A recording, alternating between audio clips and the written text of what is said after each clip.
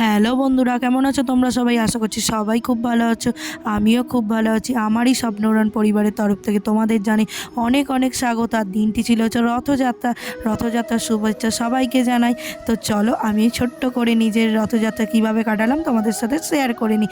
এই যে আমার জগন্নাথ, বলরাম, সুভদ্রা যা আমি এনেছিলাম হচ্ছে পুরী থেকে, তাদের আমি ভেবেইছিলাম যে এরকম সুন্দরভাবে সাজিয়ে নিজের মতো করে পুজো করব। সেইটুকু মুহূর্তটাই তোমাদের সাথে শেয়ার করব। আর এই মুহূর্তটা তোমরা আমার সাক্ষী থাকো, যাই বলবো শেষ অবধি দেখতে থাকো।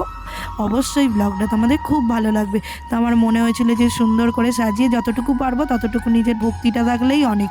তো আমি ভক্তি ভরে তাদের সুন্দর করে জামা কাপড় পরিয়ে দিয়েছি। এখানে বিভিন্ন রকম খাবারও তৈরি করে নিয়েছি। আর ওখানে ফুল, বিভিন্ন যা যা দরকার সবটা রেডি করে নিয়েছি। এদের আমি ঠাকুর ঘরে রাখিনি, কারণ ঠাকুর ঘরে আলাদা পুজো হয়েছে তাদের। আর এদের আমি আমার কাছে রেখেছি, কারণ আমি জানি যে এদের সবসময় আমি নিজের মতো করে পুজো করব, নিজের মতো করে রাখবো বলে, সেই জন্য। আর এখানে তুলসী পাতা দিয়েও দিয়েছে, আর কৃষ্ণ তুলসী দিয়েছি, কারণ জগন্নাথকে কৃষ্ণ তুলসী দিয়েছিল, আমরা গিয়ে দেখেছিলাম। তো সেই থেকে আমি কৃষ্ণ তুলসী, রাধা তুলসী দু রকমই দিয়েছি।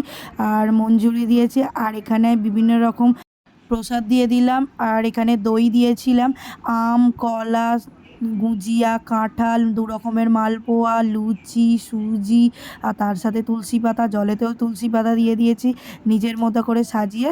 গুজিয়া আর দিয়েছিলাম হচ্ছে ক্ষীর আর ননি যেটাকে। আর এখানে প্রদীপ দিয়ে দিয়েছি, আর ধূপও জ্বালিয়ে দিয়েছি, আর শাকটা বাজিয়ে ঠাকুরকে খেতে দিয়ে দিয়েছি। নিত্য এখন 7 দিন ধরে চলবে, যতদিন সে মাসির বাড়ি থাকবে। চলো আমার ঠাকুরকে খাবার দেওয়া হয়ে গেছে। আর দেখেছো পিছনটা কি সুন্দর করে সাজানো হয়েছে, নিজের মতন করে সাজিয়েছে। আর কি ঘেমে পুরো হয়ে গেছি। আর একটা ওয়েদার তোমাদের দেখাই, রথের দিন বৃষ্টি হবে না, এটা হতে পারে? ভেবেছিলাম মেলায় নিয়ে যাব ভাইকে, কিন্তু এই রকম বৃষ্টির ওয়েদারে আর যাওয়া যায়? যা কাদা, মানে এবারে আমরা রথে আমরা যাই না, কিন্তু ছোটোবেলায় খুব যেতাম। খুব মনে পড়ে ওই স্মৃতিগুলো।